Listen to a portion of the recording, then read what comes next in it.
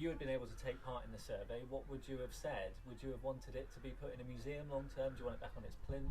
Just talk to me about that. If you Well, thanks very much, and I think it's great that that a public survey of this kind is being carried out, and that Hits Radio is part of all that. I approve very much of a democratic approach to this. And I think that's why you have locally elected politicians. That's why you have a democratic process. If people feel very strongly that they want something to come down, they feel it doesn't represent the way they feel about their lives, their history, or whatever, then we have a way of doing that. What I don't approve of is people just tearing things down. I don't approve of that, right?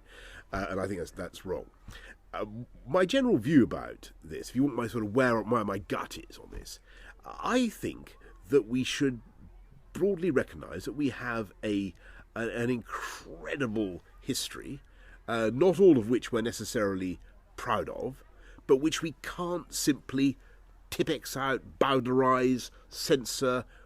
We can't be like some celebrity going back over our Wikipedia entry and taking things out, And I think it's much better, if possible, to keep stuff as it is and explain it to people. Retain and explain would be my approach.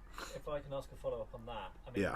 It seems to be suggesting that you think, in hindsight, if it could have been left there, and we'd have just had another plaque, for example, put up explaining it, that's what were your preference? I think it's a matter for democracy.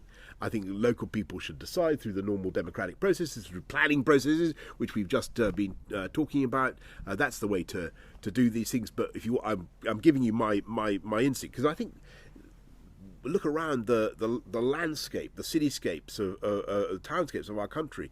They are filled with things that, looked at in one way, can be deemed highly controversial. You start tearing it all down. Where do you end? So retain and explain would be my approach.